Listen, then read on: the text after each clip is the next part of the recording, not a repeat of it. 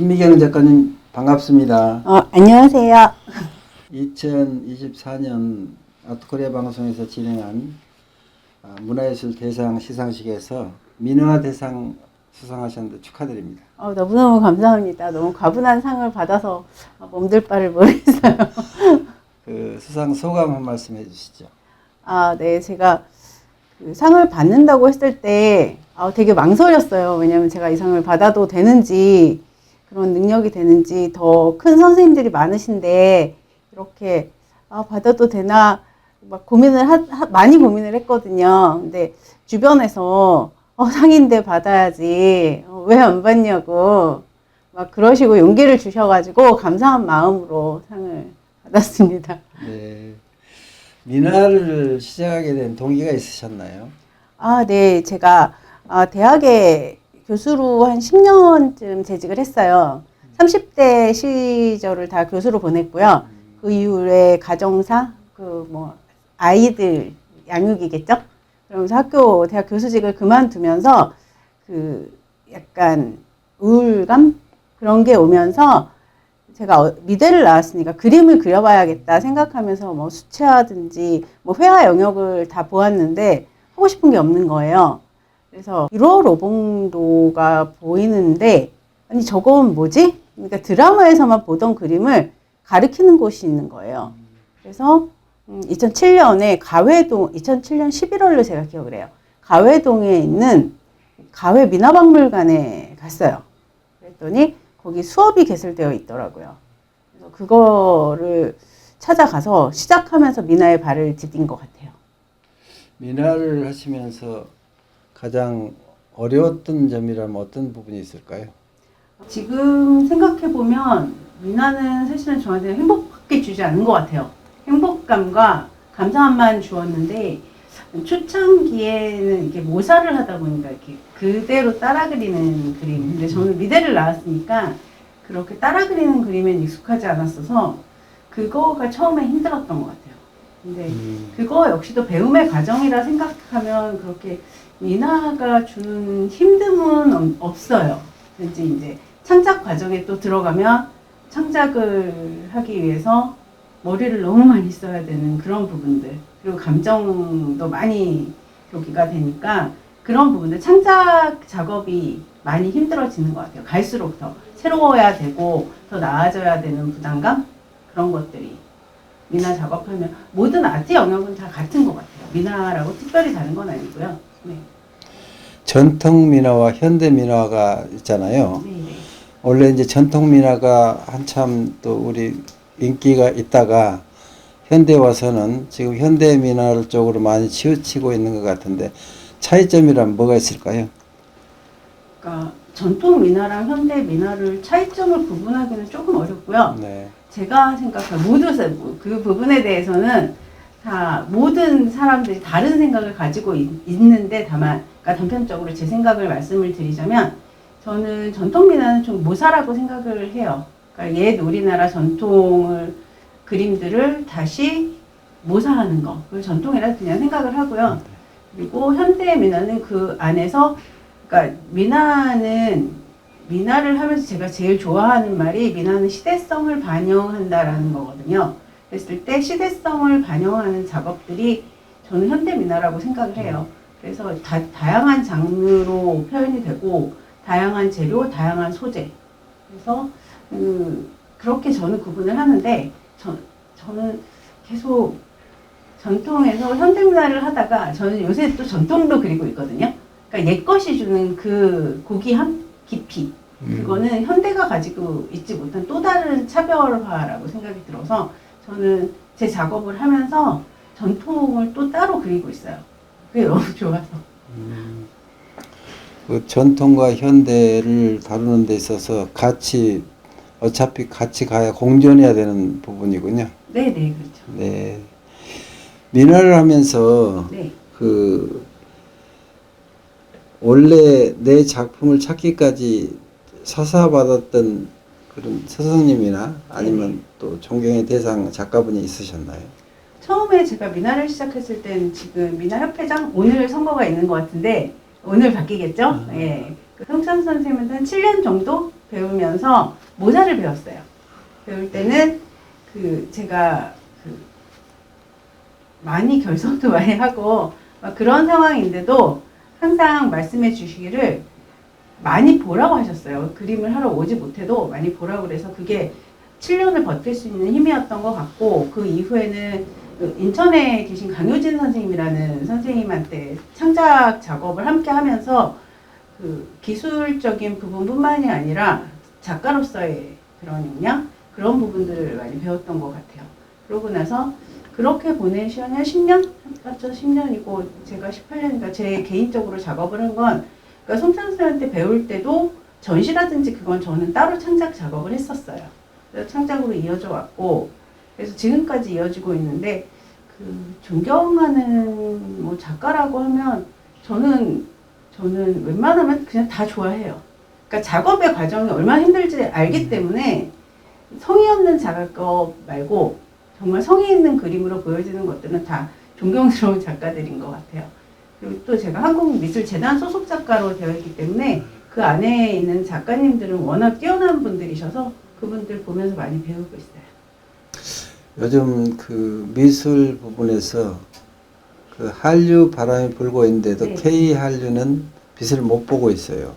네. 그런데 민화 쪽에서는 어떻게 하면은 국제적인 바람을 탈 수가 있을까요? 그러니까 가장 한국적인 느낌? 그리고 한국적인데 그게 모사는 아니고 한국적인 소재가 강하게 나타나는 작품들이라고 생각이 들어요. 그리고 점점 그러니까 민아파트에서는 그 해외 전시가 많아지고 있거든요. 그러면서 조금씩 영역을 확장되어 가고 있고, 많은 분들이 그 말씀을 하시더라고요. K-아트로 갈 수 있는 가장 확장성이 있는 게 민화라고. 근데 저도 그런 생각이 들어요.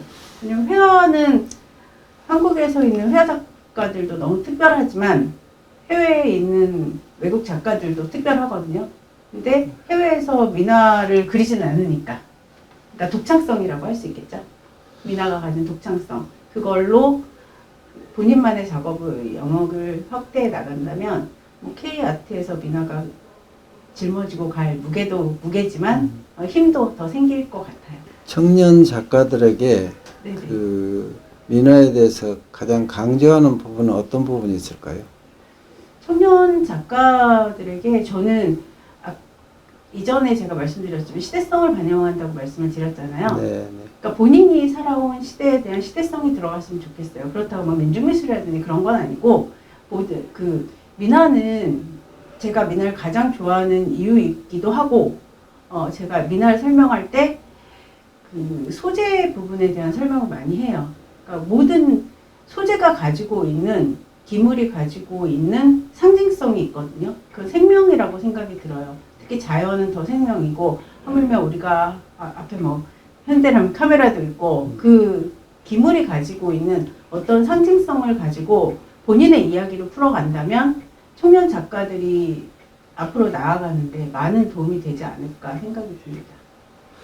지금 우리나라 그 작가분들의 가장 심각한 문제가 작품 판매가 안 되는 부분하고, 네네. 두 번째는 작품 가격의 문제가 있습니다. 네. 현실적으로 국내 기성 작가들 작품 가격이 너무 허당 가격을 높이 책정을 해놨기 때문에 외국에서는 통용이 안 되잖아요. 네. 또 민화에서는 그럼 어떻게 하고 있는지 그 부분 좀 한번 설명해 주시죠. 민화는 사실은 호당 가격으로 작품을 매기진 않아요. 그런데 저 같은 경우에는 재단에 소속되어 있어서 재단과의 그 가격 그런 부분에 있어서 저는 호당 가격을 매기고 있거든요. 그리고 일반 작가들은 본인 작업에 그냥 가격을 매겨요. 말도 안 되는 가격이 나올 때, 아니 이게 무슨 말도 안 되는 얘기가 될 수도 있는데, 저는 그분 건 어차피 안 팔려요. 그렇다면 그냥 그대로 존중을 하면 되는 거고, 그런데 너무 이게 작가들의 문제이기도 한데, 갤러리라든지 그런 부분에 있어서 가격을 올리지 않으면 안 되게 되어 있는 구조가 있잖아요. 뭐 5대5. 그럼 예를 들어 제 작품이 200인데 난 200이라 생각하는데 저도 가끔 그럴 때 있어요. 헷갈릴 때. 저는 이렇게 팔았는데 들어오는 돈을 보면 5대5니까 반이잖아요. 그러면 그때 현실을 직시하거든요. 그런 것처럼 그 작가들의 호당 가격의 문제라기보다는 그렇게 올려놓은 뭐 갤러리라든지 그 관계자들 그분들도 동시에 같은 어떤 책임을 느껴야 되지 않을까? 그리고 뭐 본인 작품이 남이 보기에 말도 안 되는데 저거 100만 원인데 1000만 원이라고 해도 뭐 그냥 본인 자유니까요. 그리고 해외에서 통용이 안 되긴 하는데 해외에 아트페어 나갈 때는 거기에 또 맞춰서 작품을 내더라고요. 거기에 팔릴 수 있는 가격에 맞춰서 사이즈라든지 그런 부분들. 그러면 제도적으로 네네. 현실적인 가격을 책정을 해야 되잖아요. 근데 지금 한국미술협회나 아니면 화랑협회나 어디에도 그걸 책정해 준 데는 없고, 국제사회로 나갈 때는 그 돌파하려면 어떻게, 방법론이 어떻게 했으면 좋겠다는 혹시 생각이 있으신가요? 너무 죄송한데요. 저는 그 방법론이 없어요. 왜냐하면 그거는 이게 아트 영역이기 때문에 그거를 어떻게 규격화한다든지 뭐 신진 작가는 뭐 호당 8만 원, 뭐 중견 작가는 호당 20만 원, 뭐 더 하면 그렇게는 아마 매겨지기 어려운 세상일 것 같아요. 이게 자유주의 국가이기 때문에. 교수님이 사용하는 민화에 사용하는 표현 방법이나 스타일이 있으신가요? 아 저는 지금 하고 싶은 걸 그냥 다 하는 스타일이에요. 그러니까 예를 들어 이거 이렇게 다른 영역 안에서 눈치가 아니라 그런 거 아니고 그냥 저는 제가 그 개인전을 할 때마다 그냥 하고 싶은 걸 해요. 그렇기 때문에 소재 부분이라든지 그런 부분이 많이 변화가 있어서 저도 좀 자리를 잡고 싶긴 한데 딱 하나 계속 같은 가치를 가지는 건 코로나 이후로는 약간 환경적인 부분, 자연적인 부분에 대한 소재를 많이 작업에 넣으려고 하고 그러니까 민화의 가장 제가 좋아하는 장르인 책거리와 함께 그렇게 넣으려고 하고요. 요새는 또 제가 약간 판화에 빠져가지고 목판을 새기는 걸 많이 해요. 목판 판화를 많이 하고 목판 민화를 하고 있어서 또 반응이 너무 좋아가지고 그러니까 제가 5월에 개인전이 있거든요. 5월에 개인전이 있는데 5월 개인전 때는 이렇게 두 가지 장르의 작업들이 나올 것 같아요. 두 가지 방법으로서. 앞으로 그 작품 활동에서 목표로 하고 있는 부분이 있으신가요? 사실은 몇 년 전까지만 해도 제가 뭐가 되고 싶다라는 그런 게 있었어요. 정말 너무 뛰어난 작가가 되고 싶고 뭐가 되고 싶다라는 그런 욕심이 있었는데 그래서 재작년에 아프리카에 갔다 왔거든요. 그러니까 여행이 주는 어떤 그런 감동? 그리고 저는 아프리카 여행을 하고 와서 많은 부분을 버린 것 같아요. 그러니까 그런 욕심은 버리고 그러니까 저는 제 작업을 그냥 하다 보면 뭐 어떤 무엇이 되지 않을까라는 그런 욕심? 내 스스로에 대한 욕심이지 무엇이 되고 싶다라든지 그런 거는 점점 없어져서 저는 그냥 제 작업을 열심히 하는 작가가 되려고 해요. 마지막으로 네. 우리 작가님 소개와 또 아트코리아 방송에 시청하는 전국의 수만 명의 그 작가분들께 인사 말씀 부탁합니다. 안녕하세요. 저는 민화를 소재로 작업하고 있는 작가 신미경이고요. 대학에서 가구하고木工을 전공을 했고 석사는 인테리어를 하고 박사는 건축을 했어요. 그리고 나서 현재 민화를 하고 있어서 그러니까 많은 부분에 제가 배워왔던 것, 경험했던 것들을 그 민화 작업에 녹여내고 있고요. 그리고 또 현재 한국미술재단 소속 작가로서 그러니까 초등학교 미술관을 만드는데 기여를 함께 하고 있는 그 작가입니다. 감사합니다.